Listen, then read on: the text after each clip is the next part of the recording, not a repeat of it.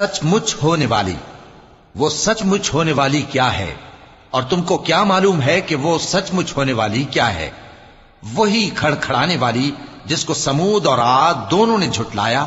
سو سمود تو زبردست زلزلے سے ہلاک کر دیے گئے، رہے عاد تو ان کو نہایت زوردار آندھی سے تباہ کر دیا گیا۔ اللہ نے اس کو 7 رات اور 8 دن ان پر چلائے رکھا۔ تو اے مخاطب، تو ان لوگوں کو اس میں اس طرح گرے ہوئے دیکھتا جیسے کھجوروں کے کھوکھلے تنے، پھر کیا تو ان میں سے کسی کو بھی باقی دیکھتا ہے؟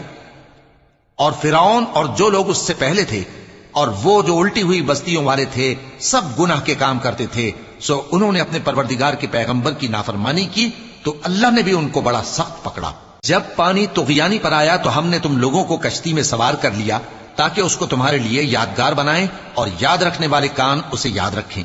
پھر جب سور میں ایک بار پھونک مار دی جائے گی اور زمین اور